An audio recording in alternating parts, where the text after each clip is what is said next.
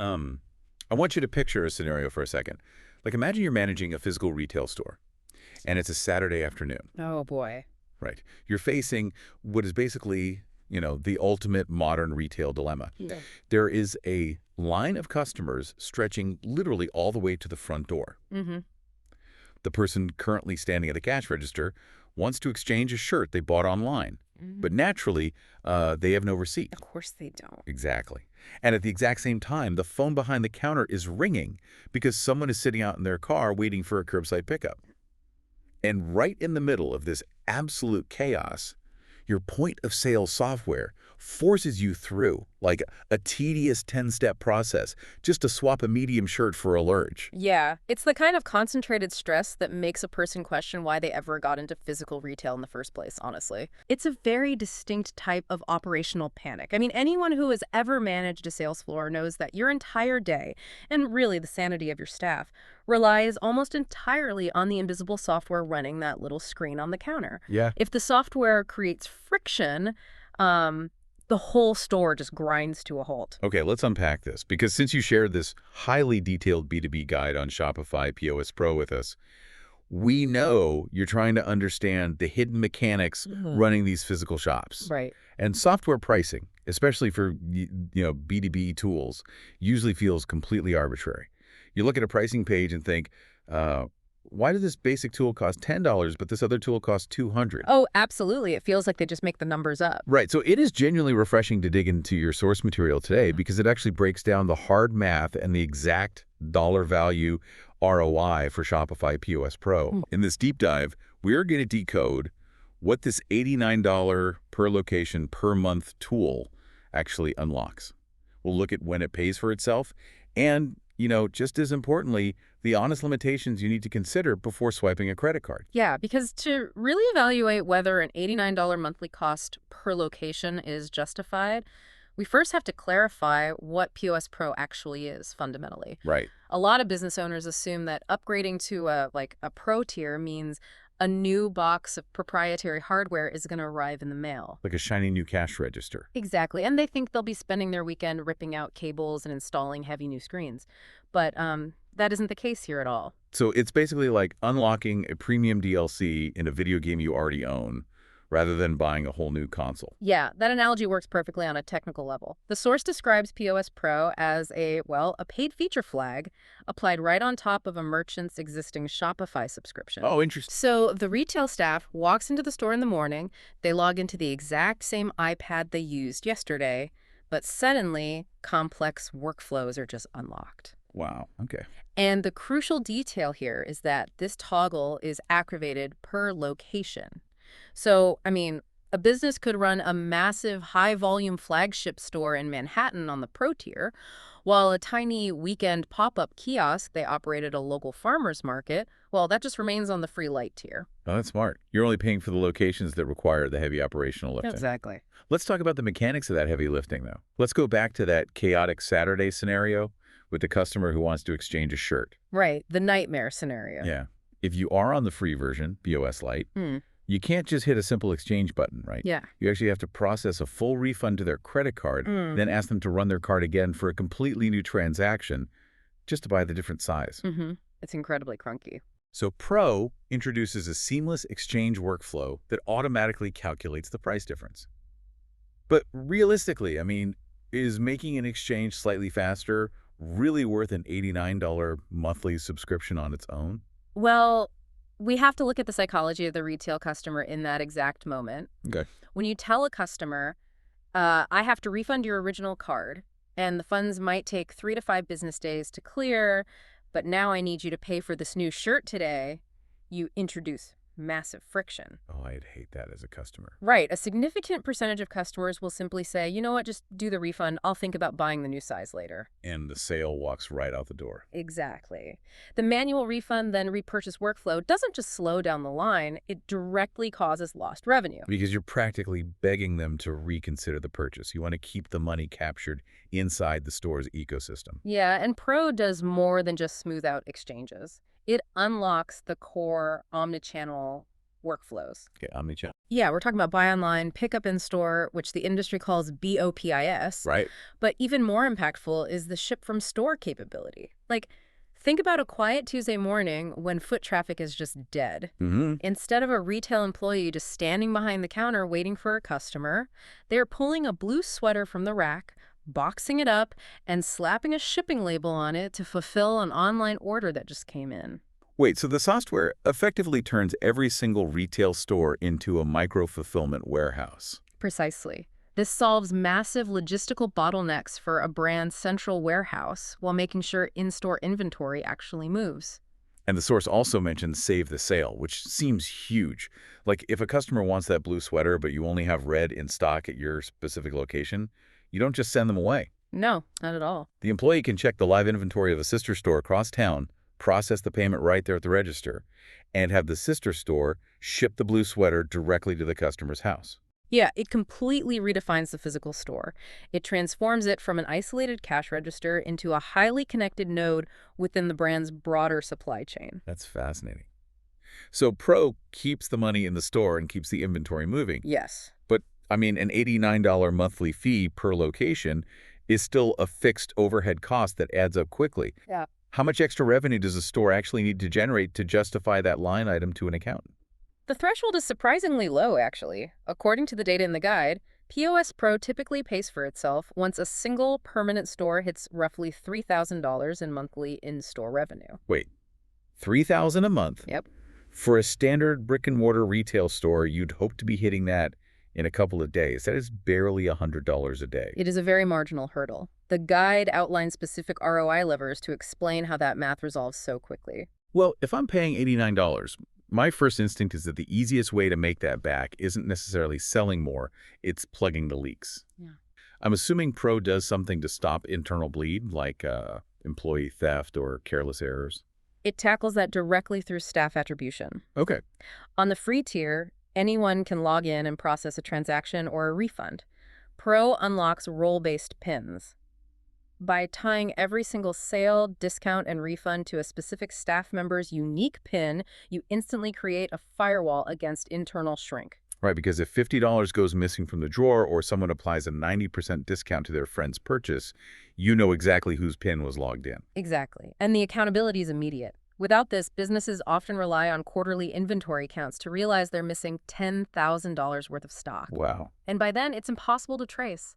Role-based PINs highlight discrepancies tied to a specific afternoon shift rather than a whole fiscal quarter. That makes sense. That alone saves immense amounts of capital. But beyond plugging leaks, the software actively drives new revenue through the BOPIS conversion lift. Right, the buy online, pick up in-store feature. Right? But how does simply giving someone the option to pick it up locally actually change the math? It comes down to buyer confidence and immediate gratification. When online shoppers see they can secure an item and have it in their hands today, rather than waiting 3 days for FedEx, overall conversion rates increase. Yeah, I do that all the time. Right. The data indicates that adding local pickup typically nets a store about 3 incremental orders a month that they otherwise wouldn't have captured. Just 3. Just 3. And at a standard 30% retail margin, those 3 extra orders completely cover the cost of the software. Just 3 people deciding they want their coffee beans or their new shoes today instead of Thursday. That is wild. Mm-hmm. And going back to the exchange workflow we talked about earlier, the source points out that retaining just 5 exchanges a month at a $30 average order value pays for the entire Pro tier. Yeah. Retaining just 5 $30 exchanges. It's basically like hiring a hyper-efficient, invisible retail assistant who stands at the register, ensures you don't lose those frustrated customers, and only charges you about $3 a day for the service. The framing shifts entirely when you look at it that way. You stop viewing it as a SaaS subscription and start seeing it as an incremental margin generator.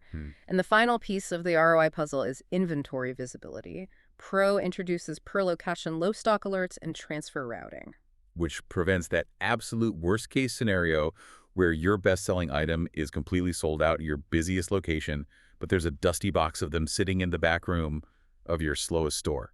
And nobody communicated to move them. Exactly. Saving just 1 hour a week of an employee manually counting stock on a clipboard or avoiding just one lost sale because an item was out of stock on the floor clears the hurdle. Wow. If a business has rotating staff or an online presence, the operational efficiency neutralizes the software cost almost instantly. Okay, so if you have one busy store, the math is totally straightforward. But businesses scale. What happens when a brand opens store number 2, then store number 5, then store number 10? That per location fee has to force a change in financial strategy eventually, right? Yeah. The escalation path changes the calculus significantly. Store number 1, if it's run by a solo operator, can easily survive on the free light tier. Sure. The moment that store hires rotating staff who share a register, they need Pro for the staff pins.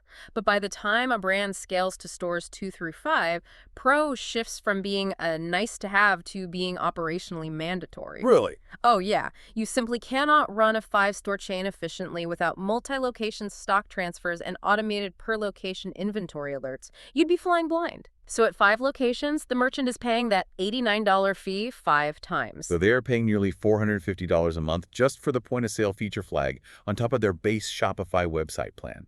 Which is where the guide introduces the crossover point with Shopify Plus, which is the enterprise-level tier. Now, the Plus plan starts around $2,300 a month. Hold on. Going from a $400 monthly website plan to a $2,300 enterprise plan is a massive jump. It is. That's commercial rent money in some cities. Yeah. Does it ever actually make sense to voluntarily take on that much overhead? At first glance, the sticker shock is real.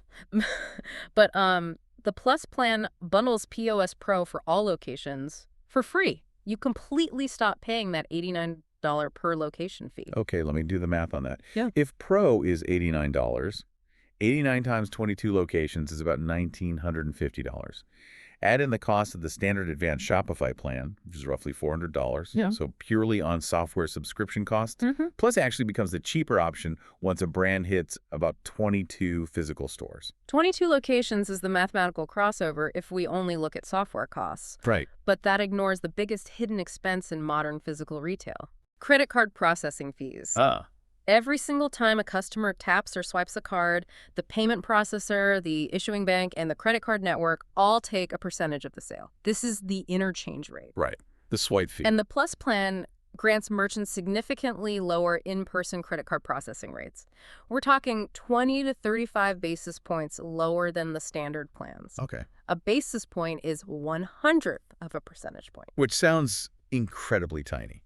I mean, a fraction of a percent doesn't seem like it would move the needle against a $2,300 monthly bill. It sounds tiny until you apply it to a business doing $5 million in annual in-store transaction volume. Oh, true. Paying 2.6% instead of 2.9% on millions of dollars is a massive difference in retained capital. When you factor in the money saved on the back end of every single credit card swipe across multiple busy stores, the actual crossover point. Where Plus makes sense. Yeah, where that $2,300 Plus plan becomes financially optimal, it usually happens around 8 to 10 locations, not 22. Wow. So at scale, the actual subscription fee of the software becomes almost a rounding error compared to the payment processing fees. Exactly. They aren't really buying point-of-sale software anymore. They are buying margin optimization. They pay a higher flat monthly fee to build a protective moat around a larger percentage of their total gross revenue. You're securing the back-end mechanics of your cash flow. Okay, but every system has a breaking point, though. It's very tempting to look at these features and view this platform as a magic bullet for any growing business. But where does Shopify POS Pro actually fall short? Like, what are the honest reality checks a merchant needs to face before migrating their whole business over? The guide is refreshingly candid about the limitations. The most critical risk, and the one that causes the most anxiety for high-volume merchants, involves the offline mode. POS Pro fundamentally requires an active internet connection to function. It can take credit cards if your store's Wi-Fi goes down, but it operates in a state called deferred capture only. Wait, can we break down the actual mechanics of deferred capture? Because if my Wi-Fi is down, how is the terminal actually knowing the customer has money in their account? It doesn't. Seriously? Yeah. When a credit card is swiped normally, the terminal sends a request to the payment processor, which pings the customer's bank, verifies the funds, and sends an authorization code back. It happens in seconds. Right. When the Wi-Fi drops, that entire communication chain is severed. The terminal cannot ping the bank. So in deferred capture, the iPad simply reads the encrypted string of numbers on the card, saves that data locally, and effectively crosses its fingers. So you hand the customer their items, they walk out the door, and you are just hoping the card is valid. Yes. The system waits until the internet reconnects, and then it tries to process the backlog of saved cards. If a customer bought a $200 jacket offline, and 2 hours later your Wi-Fi comes back online and the system realizes their card is expired or declined, the merchant eats that loss. You cannot get the jacket back. The business absorbs the financial hit entirely. That is a terrifying prospect, especially if you run a boutique selling high-ticket items, which is why the guide heavily recommends having a dedicated 5G mobile hotspot behind the counter as a fail-safe backup. It is an absolute necessity, not an optional accessory. Wow. Another major barrier is hardware compatibility. This software only runs on iOS devices, select Android tablets, and Shopify's own proprietary hardware terminals. If a merchant has a store full of expensive, legacy Windows-based point-of-sale computers from 10 years ago, they cannot reuse them. They have to purchase entirely new fleets of iPads. That's a massive hidden transition cost. You are just paying $89 a month. You might be dropping $5,000 on new tablets just to run the software. Exactly. What about the functional workflows? Are there things it simply refuses to do? It lacks several workflows that traditional retailers might expect. For example, there's no native layaway program. There's no built-in mechanism to take a partial deposit for an item, hold it in the back room, and let the customer pay off the balance over 6 weeks. Oh, that's surprising. Merchants are forced to use awkward, messy workarounds involving draft orders to simulate layaway. It also lacks the heavy-duty, complex cash drawer reconciliation features that high-volume, cash-heavy businesses rely on. Like counting out the till at night. Yeah.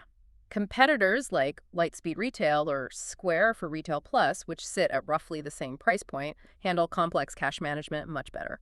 And I imagine it's fundamentally mismatched for certain industries. Like, I wouldn't use this to run a bustling diner. Oh, absolutely not. It's strictly designed for retail. It cannot run a restaurant. You can't send tickets to a kitchen display system. You can't manage table seating charts. And you can't split complex dining checks. It also fails in massive supermarket environments because it lacks the complex scale and bag workflows needed for weighing loose produce at checkout. It's a precision tool built specifically for omni-channel retail, and if you try to force it to run a different type of business, it will break. So if you're a rural pop-up selling expensive local pottery and your local cell service is incredibly spotty, well, that deferred capture offline mode is a massive financial liability. You have to align the software's architecture with your physical reality. Which is why understanding the underlying mechanics matters way more than reading a marketing page. You need to know exactly what the tool is built to solve and where its boundaries are. We have covered a massive amount of ground today on the realities of retail tech. Let's recap the core lesson for you, the listener, since you are diving into these systems. Upgrading to POS Pro is a highly tactical, location-by-location decision. You should never upgrade simply for the sake of having a Pro badge on your dashboard, as your source material bluntly summarizes. Buy the unlock you can name. That's a great rule. Look at your specific store location. If you cannot point to a distinct feature, like needing to route online orders to be shipped from the sales floor, or needing staff pins to enforce accountability, or needing that frictionless exchange workflow to save lost sales. If you don't need those specific tools next week, keep your $89 and stay on the free tier. It's about paying for immediate operational relief, not hypothetical future potential. And before we wrap up, I want to leave you with one final, slightly rebellious thought derived from the rules we just discussed. Oh, let's hear it. The source notes a very specific quirk in how Shopify handles billing. When you toggle Pro on for a location, the billing prorates immediately. You are charged for the exact days you use it. Right. But when you downgrade a location back to Lite, the downgrade doesn't take effect until the end of your current billing cycle. Meaning you retain access to the Pro features you've already paid for through the end of the month, even if you hit cancel on day 2. Exactly. So a savvy retailer could theoretically engage in what I'm calling seasonal software toggling. Oh, I like that. Right. Think about a boutique surf shop located on a beach. Could they flip the switch and run the expensive Pro tier during the chaotic, high-volume summer months to handle the massive staff rotations, the inventory chaos, and the constant stream of tourist returns? And then, come October, when the tourists leave and the store drops down to 1 employee, seamlessly downgrade that location back to the free Lite tier for the quiet winter months to slash overhead. That's brilliant. It forces you to completely rethink how you view SaaS. It isn't a permanent fixed utility bill anymore. It's a fluid seasonal lever. You turn the software on like the air conditioning when the store gets hot, and you turn it off when you don't need the cooling. Leveraging a platform's own billing structure to optimize seasonal overhead is a highly strategic way to approach modern software. It all comes back to that retail dilemma we started with. The line out the door, the ringing phone, the frustrated customer without a receipt. The invisible systems running the physical world around us are incredibly complex. But once you decode their underlying mechanics, you can actually make them work for you rather than against you. Thank you for joining us on this deep dive. Keep questioning the systems running the world around you, and we'll see you next time.